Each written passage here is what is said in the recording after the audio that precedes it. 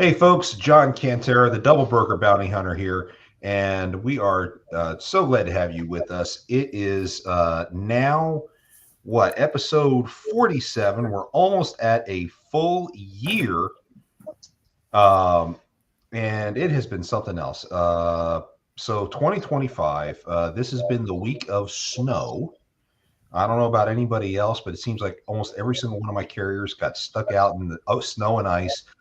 Well, actually, what they did was they actually went home before the snow hit, so they didn't get stuck out, which is probably a smart plan. But I keep hearing more weather's on the way. I don't know.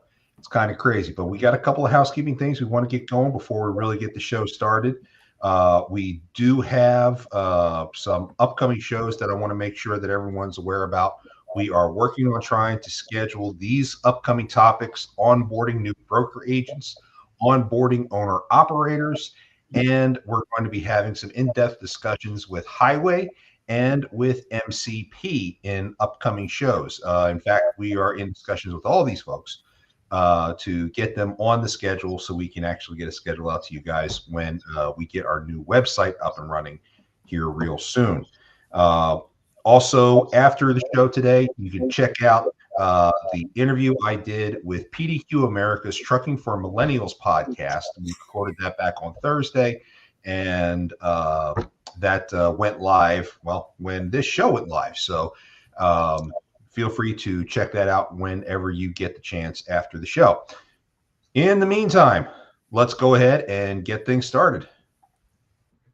Welcome to the Double Broker Bounty Hunters Stop the Scam. Here are your hosts, the Double Broker Bounty Hunter, John Cantera, and Dispatch Kate, Caitlin Price. Another one bites the dust. Another one bites the dust. So episode 47, so glad to have everyone with us. Kate, how was your weekend? It's okay. Didn't really do anything. It rained all day long on Sunday, I think. I think it was yesterday. Just all freaking day. Which I know that can be unusual for you unless you got a hurricane sitting over top of you. Are you back in Texas, or are you still in Indiana with your family? Oh, no, I'm back in Texas. So we've been back since like right after Christmas. Oh, I thought you were still traveling. Okay, cool. Well, welcome back. I'm glad your weekend was somewhat uneventful, though wet. So was mine.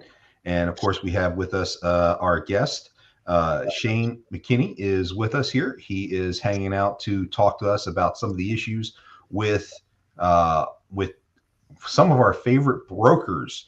And today we're going to be talking specifically about claims. Before we get to these bad claims that we've seen brokers throw around like candy, we do need to show a little bit of love to make sure that all you carriers out there are not being crazy when you go out and you bid on loads. The only way you know whether or not you're going to make a profit is by knowing your costs. If you want to know your costs, get active. Do you know your cost per mile? Have you been hitting your profit margins? Do you struggle with bidding in a way that is both profitable and competitive? Would it be worth it to have all this information right in front of you? By calculating your cost per mile, AccuBid Pro helps you stay profitable in an industry still struggling to recover. In order to calculate your cost per mile, AccuBid Pro asks you questions about your business expenses. Our goal is to help you understand what you need to keep operating in order to keep up with the game and maintain your business. Enter your origin and destination, and we show you what you should bid based on your personal cost per mile in order to be profitable, even including a more detailed breakdown of each bid. Download the app today and get your 30-day free trial of AccuBid Pro, available on the App Store and Google Play. Bid smarter, bid faster, bid better with AccuBid Pro.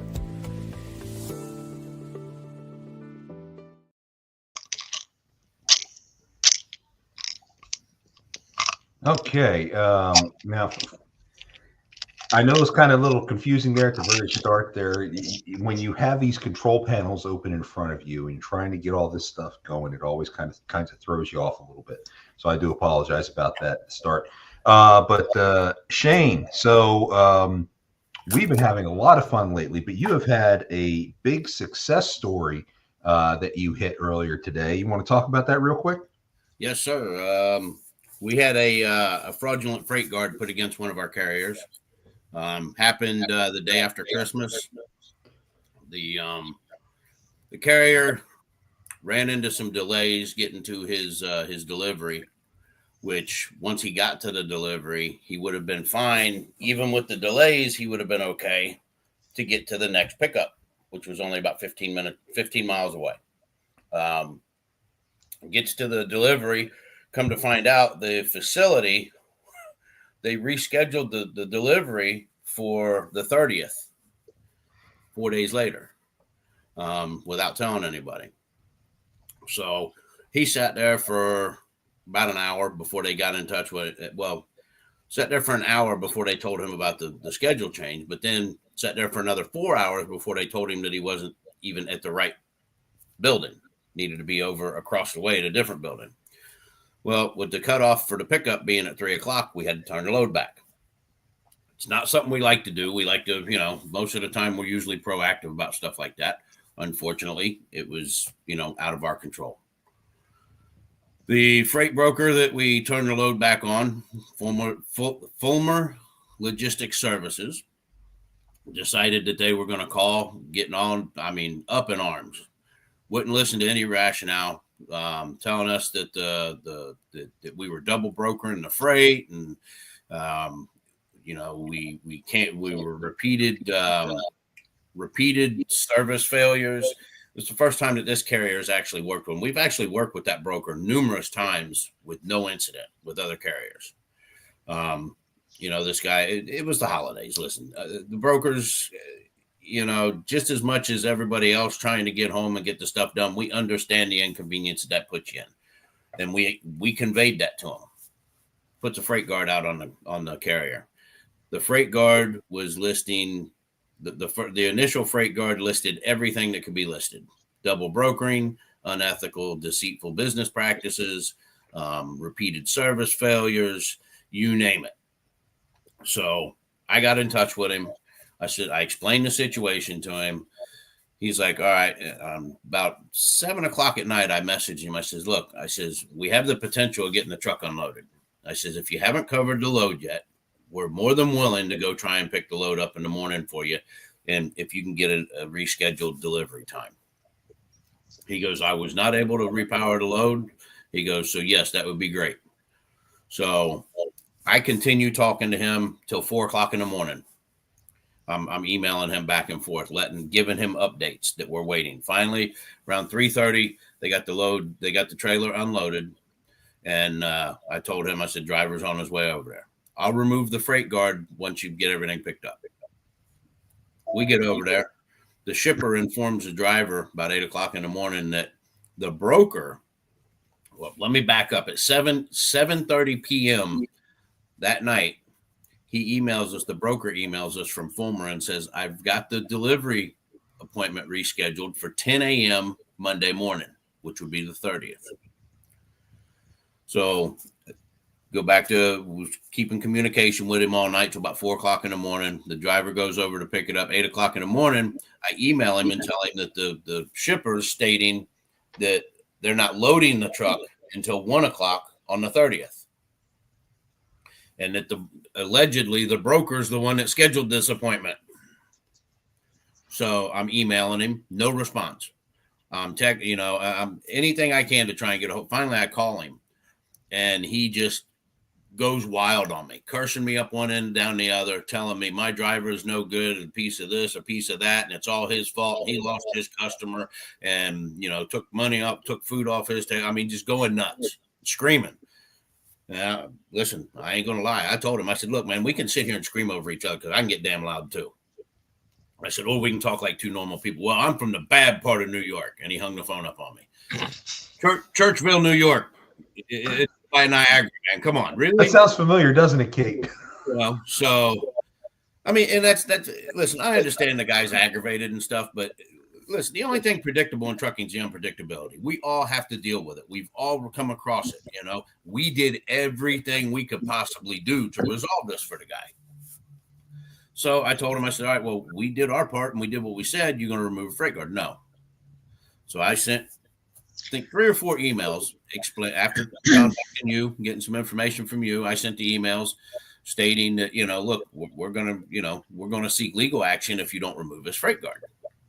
Explaining to him about the cases regarding, that have been tried before previously with situations like this. We had the broker from the preceding load even write an email to him explaining to him that, listen, we're in contracts with this carrier to do, dedicated runs, 4 to 5 a week, $12.50 a run.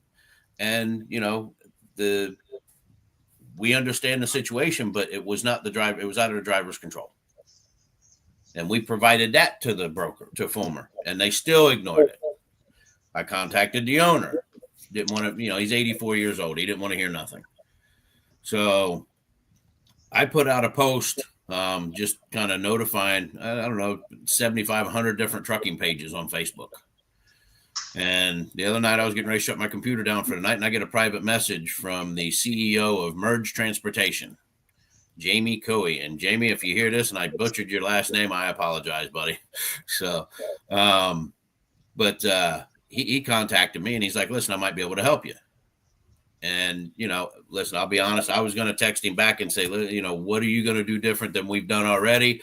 But I said, you know what, let me entertain the guy. You never know, because look, we've been around this block so many times. So I get on the phone, we start to talking, and you know what? He's like, do you mind if I try, reaching out to him? I was like, no, not at all. Listen, I appreciate anything that anybody's willing to help us with, and, just understand we've already been talking to lawyers. We've discussed with a lawyer about writing a pretty, vicious letter to him, explaining what was going to happen, and discussed, what type of retainer was going to be needed to go after him in litigation. So I was like, all right, well, this is our last ditch chance before we go and sign our lives away to the litigation. So Jamie's on, we're talking we've been on the phone for about an hour. And he starts rattling up, and I told him, I said, yes, that's, I've got this one's number. I've left messages for this one. He's like, all right, well, get me all your information. I wanted to put it streamlined for him. I didn't want to send him like 15 different emails. So I tried to get it all to where it was easy for him. But before I could even do that, man, he had already called me back. He had spoken to their general counsel.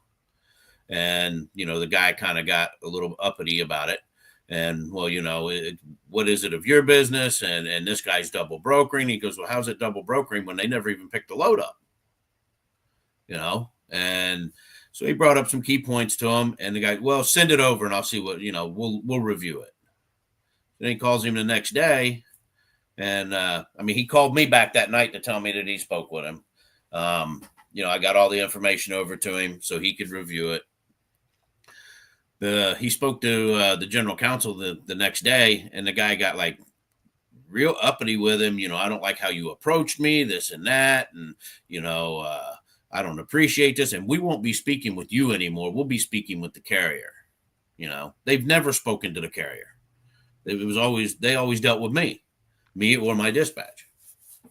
So he calls me up. He tells me, he says, so have you heard anything from him? He sends me the email, and he told him straight up. He goes, look, I don't care how you feel, how I come at you. We're trying to do the right thing here. And so he proceeded. He got a hold of the owner, got a hold of, he called Carrier 411, even brought it up to them. Unfortunately, they weren't willing to do anything, but we know that's the case. Of course not. They're not in. They have their own agendas to fill their pockets. Let's just put it that way. They're not about what's fair and what's right. So, but we made a couple threats to basically tag them and post, attach them to those posts that were put all over them pages. And that's where we left it. And no communication, no notification. And I got a call today from Jamie. And this is why this man's out on vacation with his family in Colorado. And he takes time away to call me and let me know. He goes, hey, I just for the hell of it, he goes, I ran it to see if the freight guard was still there. I just want to let you know it's gone. And this guy, just shows you that there's still some good ones in the industry, man. we're not the only ones anymore. So, it's nice to know that. And I mean, Merge Transportation are a pretty big entity. So it was nice. Good on Merge for stepping in and trying to help out. I'm glad to see that happen. And I know you've been struggling with that since Christmas. You and I talked about it right after it happened, and you've been keeping me informed throughout. And I'm just glad that worked out in your favor, because that was ugly. It didn't have to happen. And, bad enough it caused a couple of weeks of issues for your carrier, but at least now it will no longer have a problem. Well, I'll tell you, I mean, just in those 2 weeks, I mean, we've got it documented where it essentially cost us about $8,000. Yes, and loads that they wouldn't work with us on, And this is a one truck carrier, right? That's a one truck carrier with a 1 year, about a year and 2 month authority. So I mean, as much as we hate to believe it's true, it is. Freight guards are carrier killers.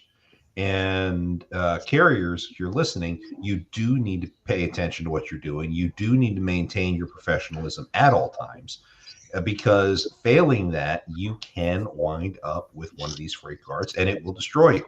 Now, is it fair? Absolutely not. It is not fair. But there are those like Jane, myself, and even Kate, and we try to do everything we can to help carriers get through these things. So if you do wind up in a situation and you need help, you can reach out to us, and we'll be happy to try to help you in any way that we can. There are other services out there that help do these things for far more money. They usually have attorneys working with them. Carrier Defender's a popular one at $2,000 a pop. There are some others out there that use some less professional means that cost even more. I will leave those alone. I firmly believe that groups like Carrier 411 originally created these programs with good intentions. It's just things get out of hand. And because there is no control whatsoever from a regulatory standpoint, that these services fill that void, fill that vacuum in. And that is why they have the level of control in the industry that they have. Carriers take it seriously. If a broker is threatening you with a freight guard, you have no choice but to take it seriously. Could they be extorting you? Yes. Could they be trying to just coerce you into doing something you don't want to do? Yes, they absolutely can. And the bad guys will do exactly that. But unfortunately, there is not much you can do to defend yourself. And once you get one of these, you face a risk of it becoming permanent. You face a risk of having to spend lots of money to fight it. It's tough out there. And Shane, get that done. Just for the letter, just to have somebody review the content and write a letter. I mean, you're looking at almost $1,000. You're looking about $750 to $800. Yeah, this is not a cheap thing to have to deal with, and it sucks because carriers are already being kicked, while they're down, so they're not making any money. Now you got to come up with another $750 just to be able to get an attorney to write a letter, and that doesn't even start to deal with the litigation side. Did the attorney? $10,000 to start. $10,000 to start litigation. Now, this carrier had a contract. This carrier had a bunch of other things. It would have been worth it to pursue litigation had this gone further. But yeah, I'm just glad it didn't have to go to that. Listen, a judgment's only as good as the paper it's written on. I mean, yeah, you might fight and get a judgment. You spend $20,000, $30,000, $40,000 to get that judgment. They can turn around and they can just default on it. I mean, and listen, carriers, look, I mean, this carrier that this happened to, he didn't know what a freight guard was, never heard of it. I mean, and this guy, he's older than me. He's in his 50s, and like I said, his authority is a year and a couple months old. And he was just kind of blowing it off until he spoke to the preceding broker and explained to him what happened. And the guy's like, "You got to be kidding me." And he called me and he's like, "Shane," he goes, "Is this really that serious?" And I told him, I said, "You have no idea, man. And, and he was, and I don't mean this derogatory, but he was clueless when it came to it because he didn't know anything about it. And, if this goes on in the way that they're anticipating to make them permanent, I mean, any broker looks it up and like they described it, the being permanent, they're going to take the broker's name off if the broker removes it. Well, that still leaves all the damaging and the damning information and allegations on the carrier. So every broker that ever uses that service is going to see that regarding that carrier. And I mean, you get something like this one where they're listing double brokering, and that's putting you out of business. Guaranteed. Guaranteed. And it is torturous. And I hate when good carriers have bad things happen to them. Unfortunately, it happens all the time. In fairness, had they just wrote it for a service failure, I wouldn't have had a leg to stand on. I mean, in all actuality, had they not done it as a retaliatory action and been vindictive and just trying to affect the carrier's revenue and trying to hurt the carrier, had they just put it as a service failure, I wouldn't have been able to do anything about it, and neither would anybody else. Correct. But and that's the fine line of using it properly and using it as a tool, as a vindictive weapon. Weapon. Mm-hmm. Yeah, we've done a few shows on Carrier 411, and I'm sure we're going to do more in the future because they are making changes. We know they're releasing their updated platform. We'll call it Carrier 411 2.0 sometime in the next month or two. And once that releases, a whole host of things are going to change on their platform. Which is one of the reasons why we have Highway coming on soon and MCP coming on soon to talk about some of the different things they're doing that to try to stay ahead of Carrier 411 and their changes. Because let's face it, Carrier 411 is no longer the only game in town. I deal with events involving Highway now quite a bit. In fact, I was talking to leadership at Highway last week on one where we successfully got something removed as well. But there's a lot of nuance that's involved, and carriers need to understand that nuance. But we will do that. Like I said, we'll save that for another show. Our topic for today, however, is dealing with fake claims. And there are large brokers out there who appear to be utilizing the claims process in order to either extort carriers or to force them to do things a certain way, et cetera, et cetera. And that's one of the reasons why we have Shane on, because he has experienced something similar to that. Now, to avoid all of the cease and desist letters and stuff that may start flying based on whoever is watching this one, we'll leave the brokers' names out of it. We will just simply say we'll call them the 3-letter brokers. And I think everyone pretty much can put 2 and 2 together as to who we're talking about here. Shane, you got a case that's currently going on right now. What do you got? Well, the factoring company backcharged the carrier because it's 70 days old. Been going back and forth with them. We picked up a load. The load was basically we rescued the load for them. They apparently had somebody that did not pick up the load. When we got it, they were supposed to change the appointment time on the original Raycon that they sent us. They gave it to us an hour and a half after the appointment time. So I kicked and screamed and was like, listen, we need to get that appointment time changed.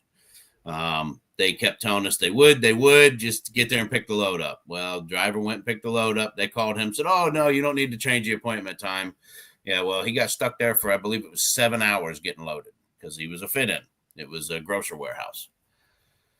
So it was a grocery warehouse at the other end.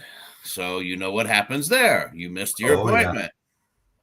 So when he gets there, now we had communicated again all through the night, 8:30 at night, 9:30 at night, 11:30 at night. Finally, at 1:30, 2 o'clock in the morning, we were loaded. No way we were going to make this appointment, even if he was able to have the hours to go, which he did. Actually, he got there, I think it was 2 hours late. And they told him, we can't get you an appointment for 2 days. Now this load was only paying $12.50, and now you expect a driver to leave it on his truck for 2 days for $125 a day. So, with our dispatch team, I try and keep the carriers from communicating with the brokers. Simply, and it's not for control of the carrier's business. Listen, I mean, y'all run your businesses. I don't want to. I have enough headaches with with trying to help you. So, but a lot of times the carriers want to get involved, and the thing is they sometimes hang themselves because they get into a situation and start trying to negotiate something, and then they realize that, oh no, hey Shane, can you get involved? No, I can't now. I'm irrelevant to the whole situation now, because now it's going to look even worse if I start getting involved. So the carrier had started negotiating with them, discussing with them. Listen, this is how much I need to make. So I'm texting him as I know that he's talking to him. I'm texting him, listen, don't take no less than this and this. Tell him you got to take a stand. I said, don't let them try and do I'm going to give you $150 layover or this and that. I said, that's unacceptable. I says, you should have gotten detention from the beginning. They're already trying to screw you out of that. We see that, So he tells them I need $800 a day. What do they do? We know what they did. They laughed at him. I said, nope, we'll give you 150. He goes, no way. He goes, then I'm taking it back. I'm going to drop it back where I picked it up at. Oh, you can't do that. He goes, all right, well, then, let's discuss this here. He's like, I can't do $150 a day. I'm a one truck operation. I'm going to be shut down. You're going to put me out of business. Well, we'll do $250. He goes, no, look, he goes, you want to come up? He goes, I'll do $500 a day, which to me, I think is fair. That's half of the revenue that a trucker is usually pulling in a day's time. I think that's meeting in the middle. They agreed to it. They submitted a rate con for him. They refused to pay him the detention. Said, well, you were late to the appointment. He goes, no, I was not. He goes, you didn't even issue me the email showed that you didn't issue us the rate con until after the appointment. So they refused to give that to him.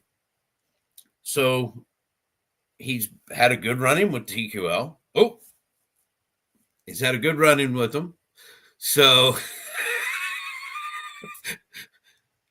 all of a sudden, now he's blackballed.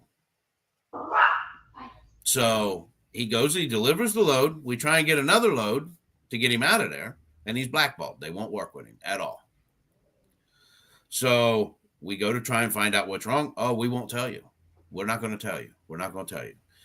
He's got a claim against him. He's got a claim against him. We're not going to tell you. This goes on for 3 weeks. Every time you turn around, it's being passed to the next person. So his factoring company pays him on the load. All of a sudden, we find out now there's a claim against him. How much? It's for $1,000. Well, what's the claim for? Gee whiz. Yeah. Well, what's the claim for? We've had no damages. All the BOLs have been signed good. Well, what's this claim for? Oh, well, they said that he held the load hostage. And he wouldn't deliver the load unless they agreed to a certain amount of money. Now, we all know that these big 3-letter brokers all record their phone conversations.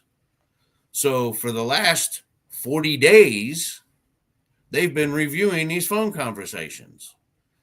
2 of the people who have agreed with him and said that he did nothing wrong no longer are available to be reached in this company. So now they come back to him and say, okay, well, we're going to take 500 from you, and we're going to take 500 from the broker off of this load. Now, I'm sorry, but on a $1,250 load, you're taking 500 away from the broker? That's a problem in itself right there. So they still yet to resolve it.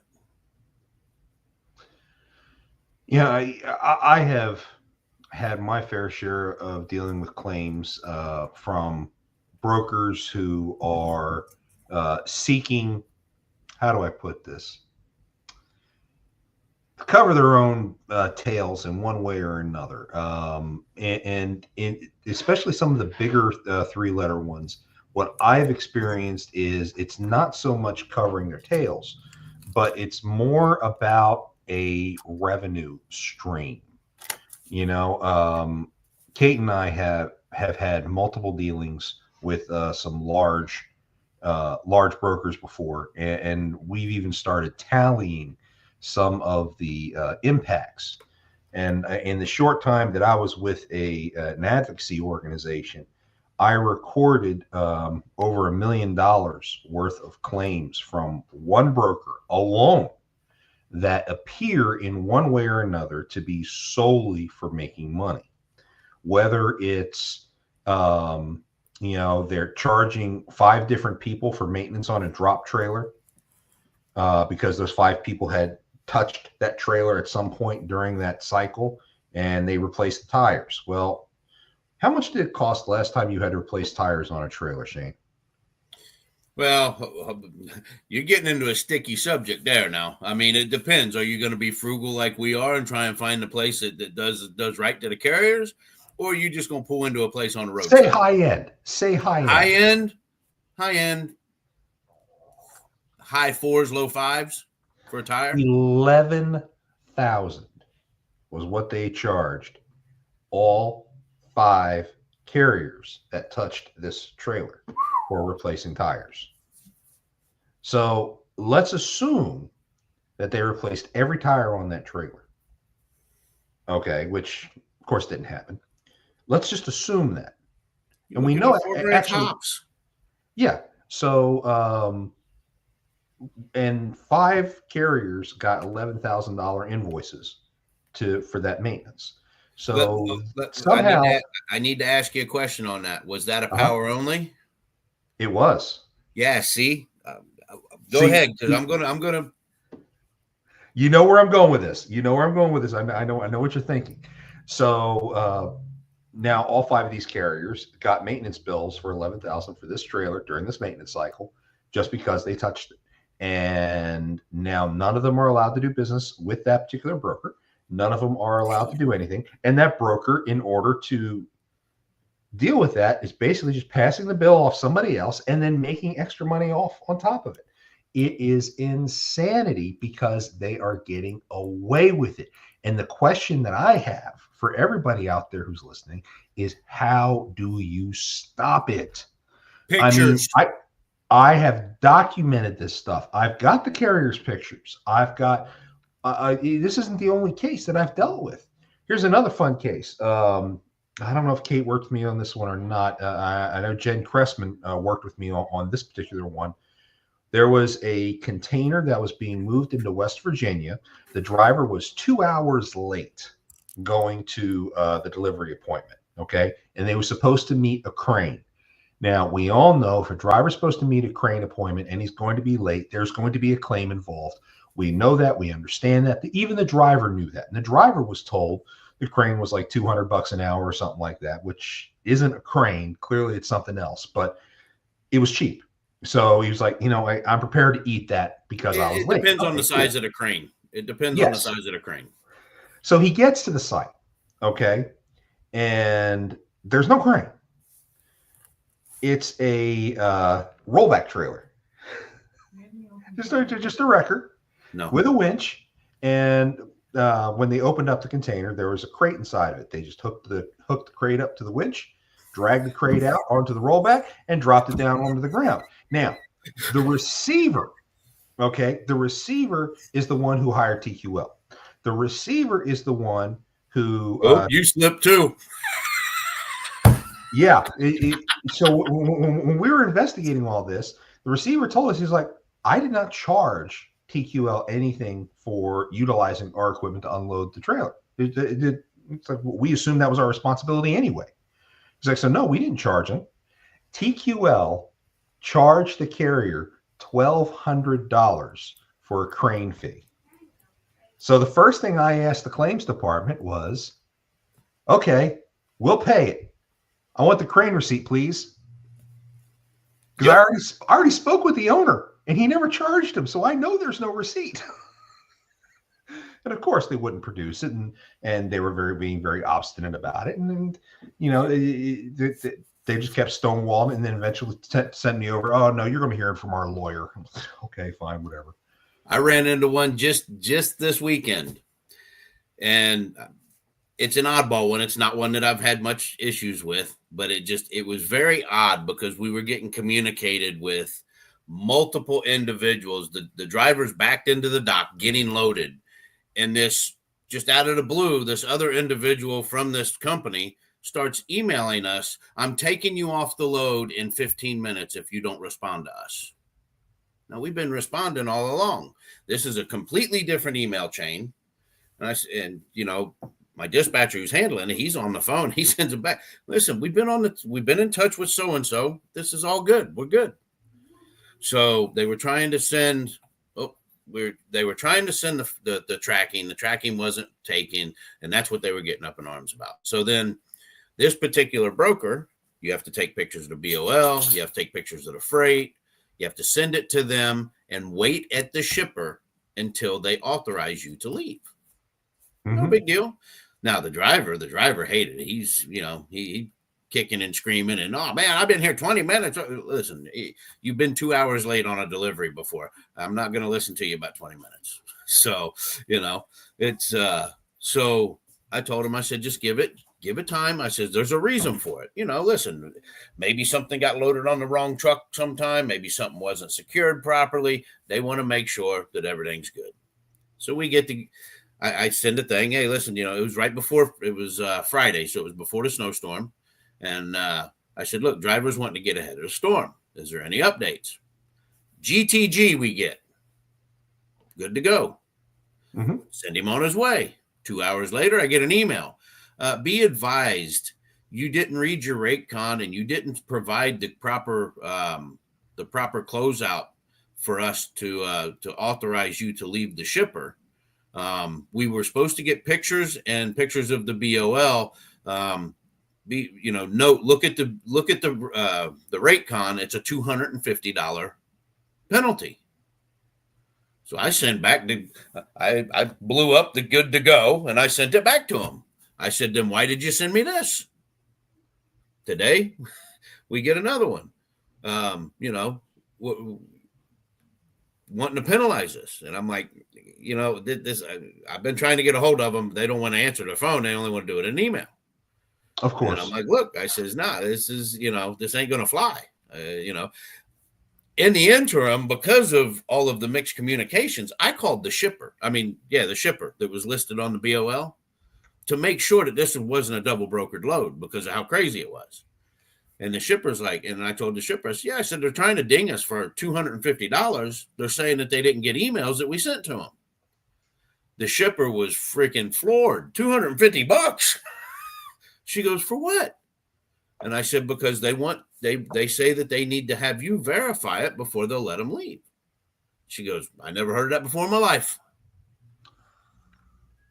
So, you know, so then she calls. Is this the same three-letter broker we've been talking about? No. This is a different one. This is a different one. This one, this isn't a three-letter broker, but so then I get a phone call after that, and it's the head account manager for this brokerage, and he's like, explain to me. He goes, you're an independent dispatch company, right? I said, yes. And he's super pissed that you called the shipper. What's that? And he's super pissed. No. I wasn't backdooring them. There was nothing I said to backdoor them. I didn't ask for any information, so they can't get. Listen, I know better than that. But he's like, you're an independent. First he asked me, he goes, who are you? And I told him, I said, I'm independent dispatcher. I said, we negotiated the load for our client. And he goes, okay. So he goes, how did it get double brokered? I said, I don't know. I'm trying to figure that out. I said, we've been getting all kinds of mixed communication from your office. I said, 3 different people contacting us, telling us they're going to take us off the load when we're getting it loaded on the truck. I said, telling us that they're going to kick us back for $250, even though we sent all the stuff that you wanted us to send. I got it good to go. And I said, now this, I said, y'all really need to tighten up your stuff over there, man. And he's like, well, and I said, look, I says, my concern was that the shipper's freight was where it's supposed to be and with who it's supposed to be, and they know where it's at. I says, I'm not trying, before you even start, I said, I'm not trying to back for you. I said, I could give a shit less. I said, what I'm trying to do is make sure that the freight's where it's supposed to be, with who it's supposed to be, by who it's supposed to be. And I says, if you've got a problem with that, then I don't know what to tell you. He goes, I'm floored. He goes, I've never had a dispatch company confirming that something wasn't double brokered before. And I says, well, that's because you're dealing with a different kind of dispatch company, you know. And he's like, no, everything's good. And he was really cool about it once he understood what was going on, you know. And he goes, I'll have a talk with my guys. But then the shit started again today. So, you know, and it don't start till 5 o'clock, you know, right before closing time. Well, something tells me you're going to be calling that owner again tomorrow. Oh no, I've got that account manager's number. He called Good. me on his cell, so I'll be calling him back. But you know, and this, you know, and listen, I know people talk smack about dispatchers. You know, you talk all you want to. I understand there's a lot of them out there that don't know a hill of beans about what they're doing, and that's the nicest way that I can put it. But you know what? There are those of us that do, and you know, in my instance, I mean. This individual that got the freight guard that we were talking about before, he told me, he says, the hardest thing for me when I come to you know, hired you, he goes, was letting you run my business. He goes, I'm an owner operator. I should be running my own business. And I says, okay, well, you ran it for the last year. And where were you when you come to me? Took me 2 months just to get access to your onboarding for highway and for RMIS, because previous dispatchers, he had given them carte blanche and they were putting it all under their name so that they can double broker freight under his MC. You know, so, you know, carriers out there, be careful who you're dealing with. I mean, you know, it's, there's a lot of people out there. Just, I'll tell carriers, I tell every one of them, look, play like everybody's trying to rip you off. Cause in this industry, 90% of them are, you know, and it's a shame. It is, and I would wholeheartedly agree with that statement. Yeah, I've seen a ton of bad dispatchers. There are probably only a few good dispatchers I have seen. But like you, I do call brokers and I do verify loads. I do make sure that it's not double brokered, especially if I get that weird feeling, hair standing up on the back of my neck, spidey sense tingling, whatever you want to call it. If something doesn't seem right, I'm going to follow up on it, because I don't want my carrier to get screwed because of somebody else's stupid mistake. Well, and the satisfaction of stealing the load back from them. I mean, the best we ever did was stole a load from somebody, stole it back from a double broker, and the double broker paid the carrier tonneau. That was the greatest. I've been through that once, but that was back in the days when they were still paying carriers and not just stealing the entire freight bill. Jacksonville Freight Solutions paid me a TONU once. This was they had planned on stealing the load. The whole load was going to a completely different state. It was supposed to go to Tennessee, and the double broker had it going to Lansing, Michigan. And just, I don't know. It was just something rubbed me the wrong way. So I called I called the driver. He's in the door getting loaded. I says, let me talk to the guy on the dock. Talk to the guy on the dock. I said, listen, can I speak to your shipping department? He goes, yeah. I said, look, I need to get the broker that you signed. You know, I said, I just need to know. I said, I want to know that this is not double brokered. And the guy gave me the broker's name, broker's number. I called him, and they argued with me, telling me that I was lying to them until I finally told them, I says, would you like pictures of the freight on the truck? And again, it was the same individual that just got the freight guard. So he's had horrible luck, man. So they're going to take the load away from him. And I'm like, listen, I says, I just saved you the load. I says, now it's 2:30 in the afternoon. You're going to make me have to start looking for another load. And this guy's going to probably lose out on a day's revenue. I said, I understand it's going to a different area. Just let us run the load for you. He goes, well, what'd they tell you they had in it? I said, I'm not even going to tell you that because I know you don't have that much in it. How much will you give us for it? because they had priced it ungodly high. That's what threw the red flag up.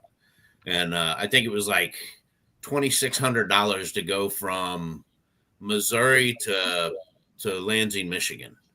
I mean, it was just it was just crazy high. At best, that's what, 1,800 at best. Yeah, exactly. Yeah. So, and they had it. I think that if memory serves me right, they had, I think it was 1,400 in it, and they offered us 13. I said, I'll take it, but it wasn't going to Lansing, Michigan. It was only going to Tennessee, so it was even better. Yeah.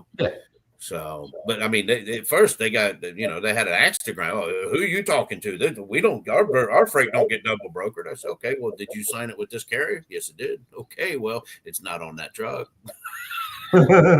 Congratulations, you've been double brokered. I'm sorry to say, I'm your first. and then, like I said, the double broker kept asking us to communicate, and apparently they told him that the shipment, something happened with the shipment, and they weren't going to load it. They didn't tell him, hey, you're double brokering. They kind of kept it cordial. And he's like, well, they issued $150 tonneau right to the truck. I was like, nice. That's fantastic. That is fantastic. You don't get it over on the scammer like that too often. That's a good one when you can. I love hearing stories like that because in this industry, it seems to all doom and gloom. Scammers everywhere. Carriers who are screwing over owner operators. You got brokers screwing over carriers. You got shippers screwing over brokers. Everyone's screwing everybody just to make an extra buck. And at some point, things have got to get back into balance. Now, one of the things I am very happy to see is at least over the course of the last week, rates are coming up. And I don't think it was just because of the storms. So the storms definitely had an impact in specific regions. But I think overall, I've seen about a 5% increase over last month in rates. And that's good news because if anyone's been paying attention to any of the industry rags out there, you'll know that they're expecting things to come up 10 to 15% for first quarter, which would be phenomenal. That would bring the market back into balance. Carriers will start making modest margins again instead of scraping by on razor thin margins. It would be a good thing. The question is going to be is what's the new administration going to do? I'm still very nervous about tariffs because we know tariffs lead to freight recessions. So we're waiting to see what happens with that. So hopefully we are finally on our way back in this industry. And that would definitely make a lot of people very happy. And hopefully it'll get a lot of these guys who are trying to nickel and dime each other to death to back the hell off. And let's just go ahead and work the way we're supposed to work. Well, I seen one mention of it is, a lot of what's happened. I mean, if you sit and look at how many companies have went out of business, how many carriers have went out of business in the last year and a half, 2 years, we were inundated with carriers. I mean, after COVID, anybody and everybody that ever thought about getting an authority, I mean, with those COVID rates, everybody was, they thought that was the new norm. Mm-hmm. And I mean, that was just something that was a fluke, and it's something that'll probably never happen again. I guarantee. But with the loss of all of these carriers, the dust is settling and things are starting to balance back out again. To put that comment into perspective, a year and a half ago, I was told by a friend of mine at FMCSA that there were over 750,000 active authorities, that's broker and carriers, currently operating. And I saw a statistic last week, I believe, from Freight Validate. And Dale, I apologize if I get this wrong. Please correct me if I'm wrong here. But there are only 360,000 authorities still active. So that's effectively a reduction of 50% of the number of brokers and carriers who are operating in the industry today versus a year and a half ago. So with that much attrition, we should be seeing the rates come up. We should the law of supply and demand should immediately dictate prices should go up much higher. But shippers are going to be shippers. They're trying to minimize their costs. They're going to nickel and dime the brokers. The brokers are doing everything they can to try to scrape a living together. The good ones are trying to scrape a living together.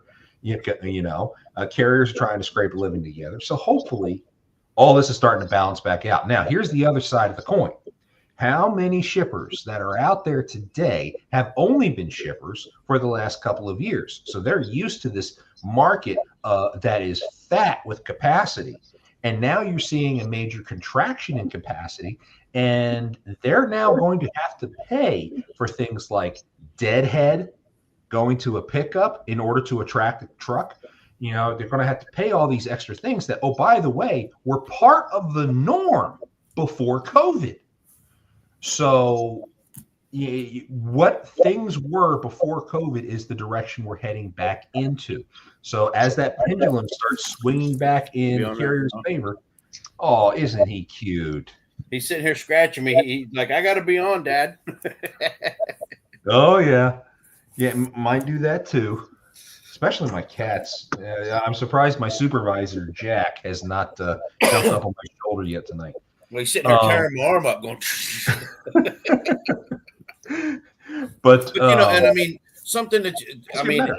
This is something I tell carriers all the time because, in the winter months, you get everybody that wants to flock down to your area, the southeast corner there. And it's all because of the weather. They don't want to be in the snow. They don't want to be in this. And they don't want to be in that. But, even the last couple of weeks, the rates in your area have been up. So that right there shows you that the market's changing a little bit because normally the rates down there in the wintertime are absolutely horrible. They're Florida rates all over, So, it's a positive light, let's just say. Yeah, and I'll take any positive light that we can get in this industry these days. There's been way too much negativity.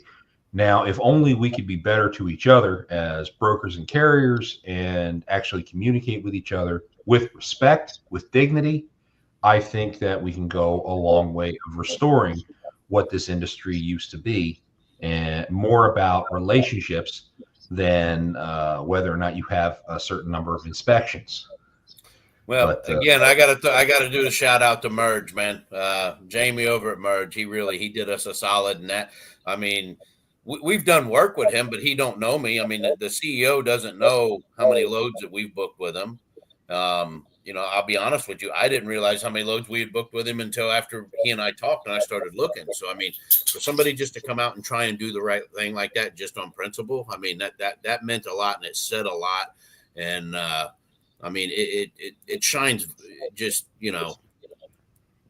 to me, it's awesome, to see that, especially the way things have been going in this industry lately, Well, in the future, we would definitely love to get you and him both on the show at the same time to talk about this a little bit further. Because I would love to know what his idea of a proper running, what a proper running brokerage looks like.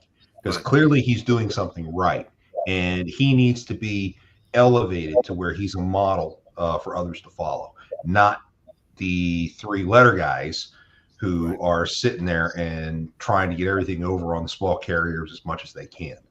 It's bad enough that we have this huge fight going on about transparency in the industry. And for those of you who have not made comments but are still interested in doing so, you only have a little over a week left. Deadline is January 21st. This is the link. Make sure you get out there and do something about that while you still have the chance. I ran out of emails. Yeah. I'm going to give my personal spiel on this. I think the whole effort is dead on arrival. And I'm sorry to say that, but I believe it is because the one thing that needs to happen for this to be really effective is for the waivers to be eliminated from broker contracts. And as long as FMCSA is not acting to try to curtail that, then the whole issue is dead on arrival, in my opinion. So sorry, that's what I've got to say about it. However, I did file a bunch of comments. There are a couple more that I do want to impress out there, things that have come up. but I don't see it going very, very far. I think it's a much better use of our time to deal with, to deal with scammers than it is. I mean, FMCSA is just kicking the can. They don't have anybody in place to enforce this. You know, since the ICC's gone, they have no one in place to do any of these enforcements outside of safety. You know, they write the stuff so vague on this, on much of the broker and dispatch verbiage, and they do that for a reason. That way it's misinterpreted all across the board so that nobody knows who to hold accountable. Plausible deniability. Thank you. Exactly. and you know, if they wanted to fix the industry, I mean, I'm a full believer. You go back before deregulation, when a carrier went up and talked to a broker. I mean, back then the brokers were at the damn truck stops, and when they seen the rate con, the rate was on the rate con. It was on there what the shipper was paying them. You want to eliminate all this fraud and all this deceit and all this nonsense out of the industry. You make 100% transparency from the shipper to the carrier. You're not going to have people double brokering. You're not going to have people stealing the loads. You're going to know what's in it. You're not going to have everybody underbidding one another. I mean, that's if you ask me, that's going to fix 90% of the of that portion of the fraud in the industry. Education is going to be the other part. You know, I mean, you got the service providers that are preying on people so bad that, you know, a new entity coming into getting their authority. They don't know who the hell to believe. They don't know what the hell to believe. They have not taking nothing from nobody, but 90% of them, they know how to drive a truck. They know how to make the deliveries. They don't know the office and the back end part of it, you know? And that's where someone, and listen, again, you see them, oh, I don't want to give up any percentage of my rate. You know, oh, I'm not going to make anything. Okay, well, half of nothing is nothing. And if you don't know what you're doing and everybody's taking it from you and you don't know where it's going and you don't know what to do, you're not going to make nothing. So at least get with somebody for at least, you know, the stepping stones. Let us help you to show you what you need to do, what you need to be mindful of. Stop talking to the brokers and do email chains, document everything. Because as soon as they tell you something on the phone, as soon as it don't fit their agenda, they're going to lie about it. And they're going to say that they didn't tell you. You know, and these are things that we deal with every day. We see them on more of a larger exposure and a larger platform than what you do, because you only got one or two trucks, you know. So whereas I'm dispatching 6 or 7, and I see it every damn day, multiple times. And listen, we've had up to 30 trucks before. You know what I mean? I mean, it's you deal with. In each one's there's always something. I mean, trust me, my life is not boring. I wish.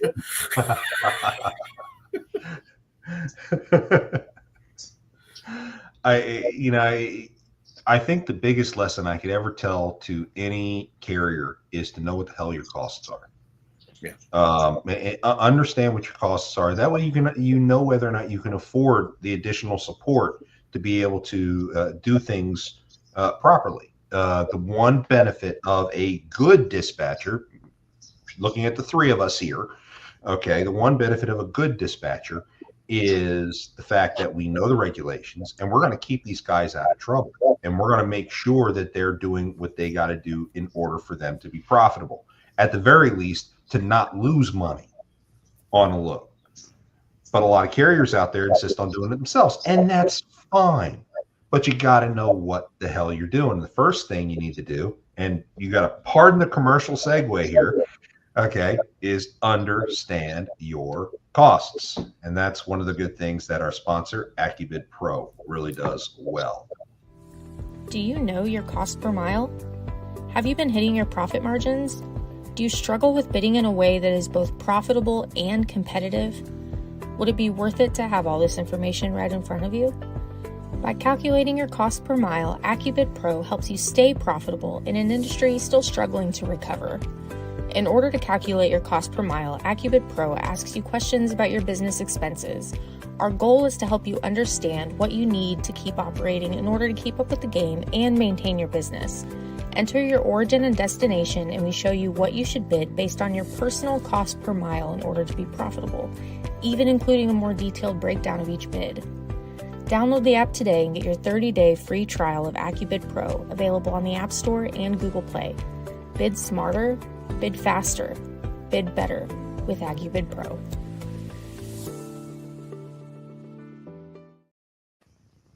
You know, The timing of that was absolutely perfect. Not to elaborate on your commercial there, but you know, I've had carriers that I've worked with for sometimes a year, 2 years, and trying to get them to sit down and do a cost per mile calculation. It's like, listen, I just sit down with me and let's go over your you know, what you have, you know, your expenditures. I said, so we know where we're at. Quit going to Facebook and saying, oh, I need to be at 250 a mile. You know, well, if you need to be at 250 a mile, then sell your truck because it's not sustainable. You know, you know, and going back to, man, I need to be at 250 a mile. Yeah. I don't think sprinters were getting that during COVID. Don't even get me started on that because I'm in the middle of something right now I got to do after I get off of here. It's a collections. Well, you know, I sent her over to you. So I think we finally got him to pay the other half. He's all right. I barked up the wrong tree and he's calling me, asking me to adjust the invoice and take the penalties off and he'll pay it. So, but you know, like what I was saying before about dispatchers, we had a guy break down this weekend. This individual decided that he was, you know, back in the summertime, he decided he was going to try and shut down because of the rates and stuff. And he was going to try and go back to being a company driver. He called us about a week before his authority was ready to expire, you know, before they would shut down the authority. We were able to, you know, not just me, but me and my team, you know, we were able to find him a truck that he wanted to purchase because his existing truck had 2 million miles and was ready to go. He just, you know, it would have been too much to try and fix it. We were able to find him a truck, find him financing, get his insurance back and reinstated, and get him rolling again. He broke down in that truck this weekend, you know, the DEF issues that these lovely trucks have nowadays.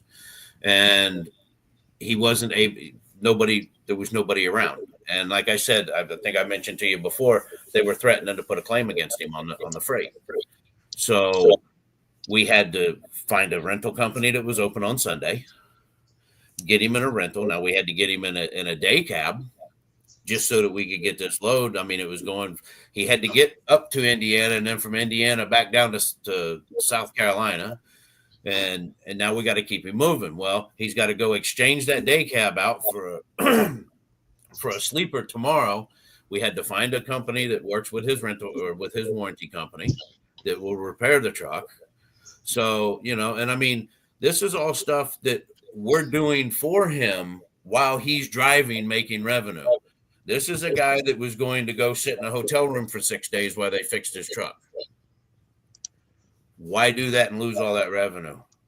You know, the warranty company pays a portion of the rental. You know, yes, you're not going to, this is going towards what you're saying, you know, about the rates. You know, you're not always going to make great, but you know what? If you can keep your head above water and be a little bit profitable, I mean, instead of sitting for a week losing $6,000-$7,000 and then having to pay a couple grand on top of it for your meals and your hotel and whatever the warranty don't pay, you're in the hole. We keep you moving while everything's moving and grooving and shaking and helping you with it. Now you've moved on. You've progressed. You haven't went backwards. You're not spending 3 months trying to play catch up on what you lost for the last week and a half.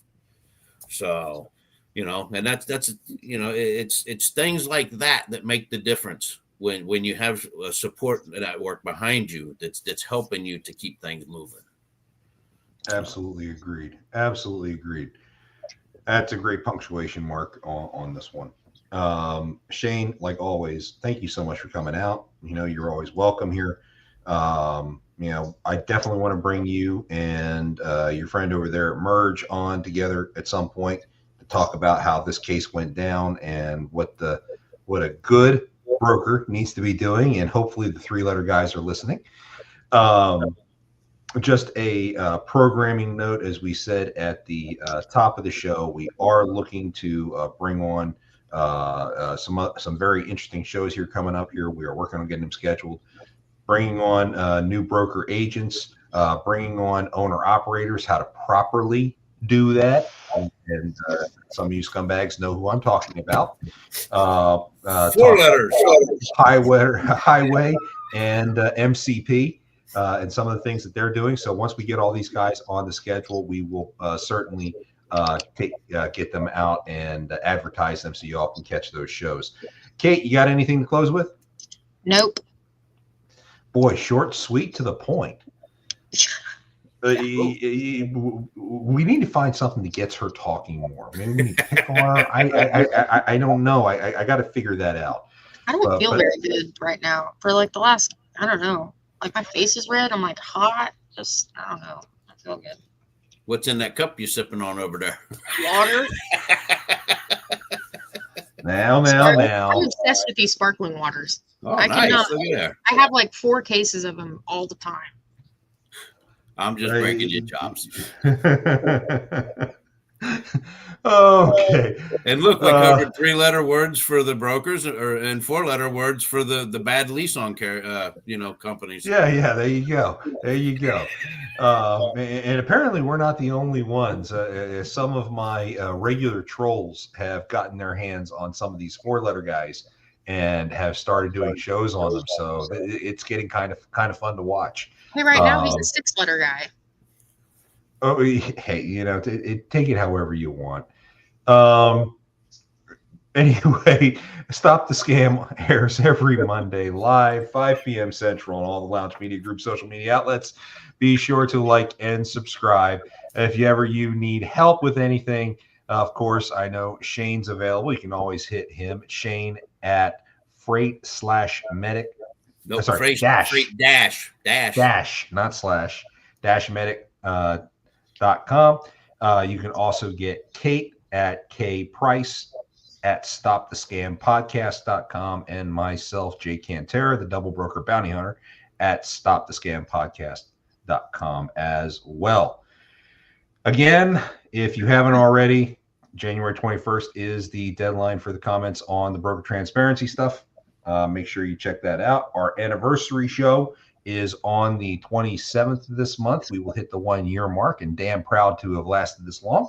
Congratulations, man. Many thanks to our guests and to our sponsors for helping us get to here, and we still have a very long way to go.